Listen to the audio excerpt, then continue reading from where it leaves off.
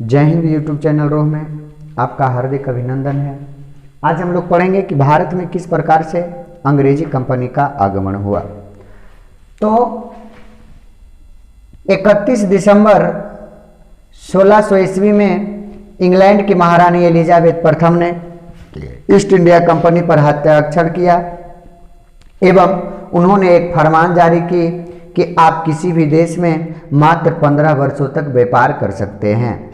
जब एलिजाबेथ प्रथम east India company पर हस्ताक्षर कर रही थी तो उस समय भारत की स्थिति क्या थी? तो मुगल वंश का दौर गुजर रहा था और अकबर महान सत्ता पे काबिज थे। एलिजाबेथ प्रथम की मृत्यु 1603 ईस्वी में हो जाता है और जेम्स प्रथम यहां का राजा बनते हैं। उसी प्रकार से 1605 ईस्वी में अकबर की मृत्यु हो जाती है अतिसार बीमारी के कारण। अतिसार बीमारी के कारण इनकी मृत्यु हो जाती है और जहांगीर सत्ता पे काबिज हो जाते हैं, अर्थात जहांगीर राजा बनते हैं। लेकिन जेम्स प्रथम को लगता है कि भारत में अभी अकबर का ही शासन काल चल रहा है, तो इसलिए व्यापार को आगे बढ़ाने के लिए जेम्स प्रथम ने अपना एक दूत भारत भेजता है जिसका नाम हॉकिंस है। हॉकिंस अकबर का फरमान लेकर हॉकिंस भारत आता है 1607 ईस्वी में। लेकिन यह जहांगीर के दरबार में पहुंचता है। हम तेरे शहर में आए हैं मुसाफिर की तरह। देखिए 1603 ईस्वी में जब एलिजाबेथ प्रथम की मृत्यु होती है तो जेम्स प्रथम राजा बनते हैं एवं व्यापार को आगे बढ़ाने के लिए इन्होंने अपना एक दूत हॉकिंस को अकबर का फरमान लेकर भारत भेजते हैं। लेकिन हॉकिंस 1607 ईस्वी में जहांगीर के दरबार में पहुंचता है। जब जहांगीर ने फरमान को पढ़ा तो व्यापार करने की अनुमति नहीं दी, तो पुनः हॉकिंस लौटकर भारत चले आते हैं। फिर जेम्स प्रथम को कहने पर यह 1608 ईस्वी में रेड ड्रैगन नामक जहाज से भारत पहुंचते हैं और इस बार जहांगीर ने व्यापार करने की अनुमति दे दी।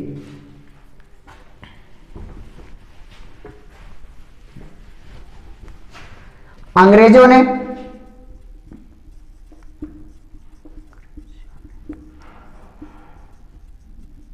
सबसे पहले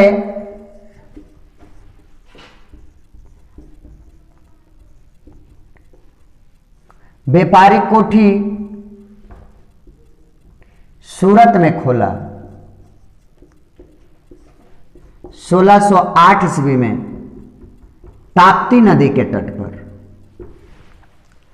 लेकिन अंग्रेजों ने सबसे पहले अपना व्यापारिक कोठी सूरत में खोला 1608 ईस्वी में ताप्ती नदी के तट पर। लेकिन मसूलीपट्टनम का जो व्यापारिक कोठी था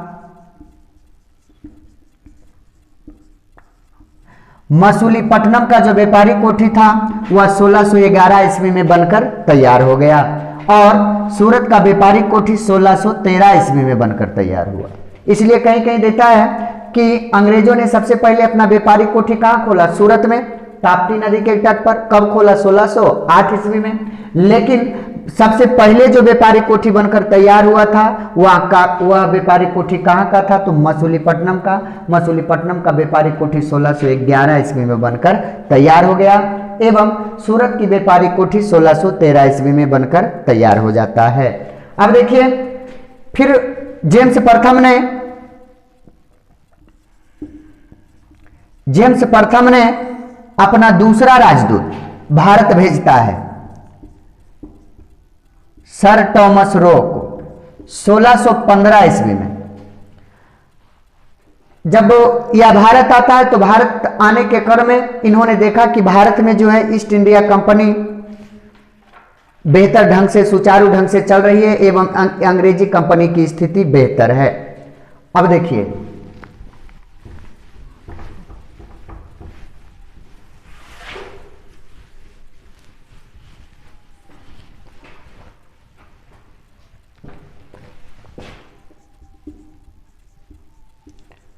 अंग्रेजों को सबसे पहले बेहतर क्षण गोलकुंडा के शासक ने दिया। गोलकुंडा के शासक ने अंग्रेजों को सबसे पहले बेहतर क्षण गोलकुंडा के शासक ने 1632 ईस्वी में दिया। और इसमें इन्होंने बेहतर क्षण क्या दिया? उन्होंने कहा कि आप मेरे राज्य में फ्री व्यापार कर सकते हैं।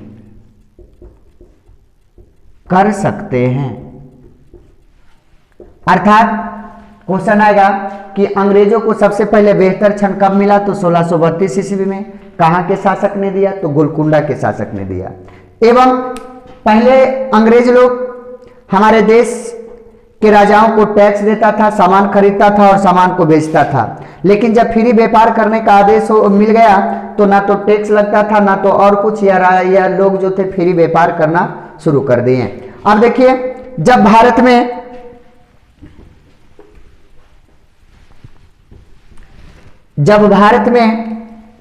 1717 ईस्वी आया, इसमें फारुखसियर राजा बने। और फारुखसियर जब राजा बने तो इसके दरबार में जॉन शर्मन नामक एक अंग्रेजी अधिकारी आते हैं। जॉन शर्मन नामक एक अंग्रेजी अधिकारी आते हैं और दोनों के बीच एक डील हो जाती है। और इस डील के अनुसार फारुखसियर ने अंग्रेजों को एक फरमान जारी करता है। फरमान जारी करता है जिसे हम अंग्रेजी इतिहास में मैग्ना कार्टा के नाम से जानते हैं। इस फरमान के अनुसार इन्होंने क्या किया कि 3000 रुपया वार्षिक कर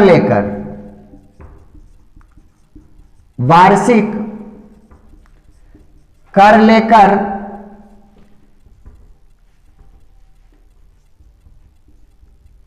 बंगाल को फ्री व्यापार करने का आदेश दिया। और दूसरी बार 10,000 रुपया वार्षिक कर लेकर 10,000 रुपया वार्षिक कर लेकर सूरत को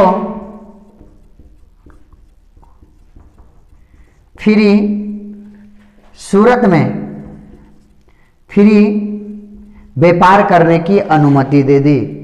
एवं जो अंग्रेजी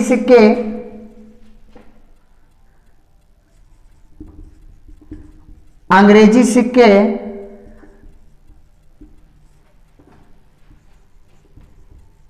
मुंबई में चल रहे थे, वह पूरे भारत में चलाने का आदेश दे दिया।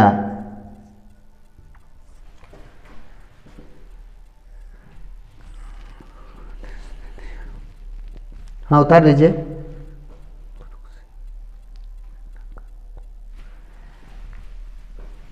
उतार लिए। देखिए, फारुखसियर, जब भारत में फारुखसियर का शासनकाल आता है तो उन्होंने इसके दरबार में जॉन शर्मन नामक एक अंग्रेजी अधिकारी आते हैं। अंग्रेजी अधिकारी आने के क्रम में उन्होंने फारुखसियर से एक संधि करता है और इस संधि के बीच यह जो है अंग्रेजों को मैग्ना कार्टा दे दिया। मैग्ना कार्टा क्या था? तो एक अधिकार पत्र।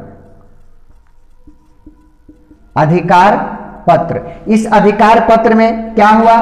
तो 3000 रुपया वार्षिक कर लेकर बंगाल को फ्री व्यापार करने की अनुमति दे दी एवं 10,000 रुपया वार्षिक कर लेकर सूरत को भी फ्री व्यापार करने की अनुमति दे दी एवं अंग्रेजी सिक्के जो बंबई क्षेत्र में चल रहे थे वह पूरे भारत में चलाने का आदेश दे दिया। तो इस प्रकार से पूरे भारत धीरे धीरे अंग्रेजों के कब्जे में आता चला गया। अब देखिए इससे एक घटना का, अब इससे एक महत्वपूर्ण घटना का सबसे बड़ी योगदान होती है। कौन सा योगदान होती है उसको देखिएगा आप लोग।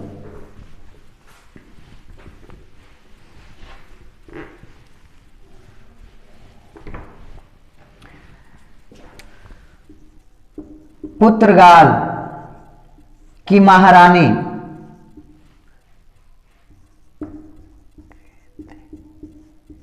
कैथरीन का विवाह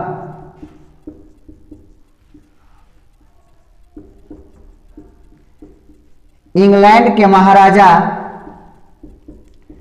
चार्ल्स द्वितीय के साथ हो जाता है। कैथरीन का विवाह, देखिए पुर्तगाल के राजकुमारी कैथरीन का विवाह जो होता है इंग्लैंड के राजकुमार चार्ल्स द्वितीय के साथ 1661 ईस्वी में हो जाता है। और जो बंबई क्षेत्र पुर्तगाल के अधीन में था उसे दहेज स्वरूप अंग्रेजों को दे दिया गया। अब यहां अंग्रेज ने क्या किया, 1668 ईस्वी में 10 पाउंड वार्षिक कर लेकर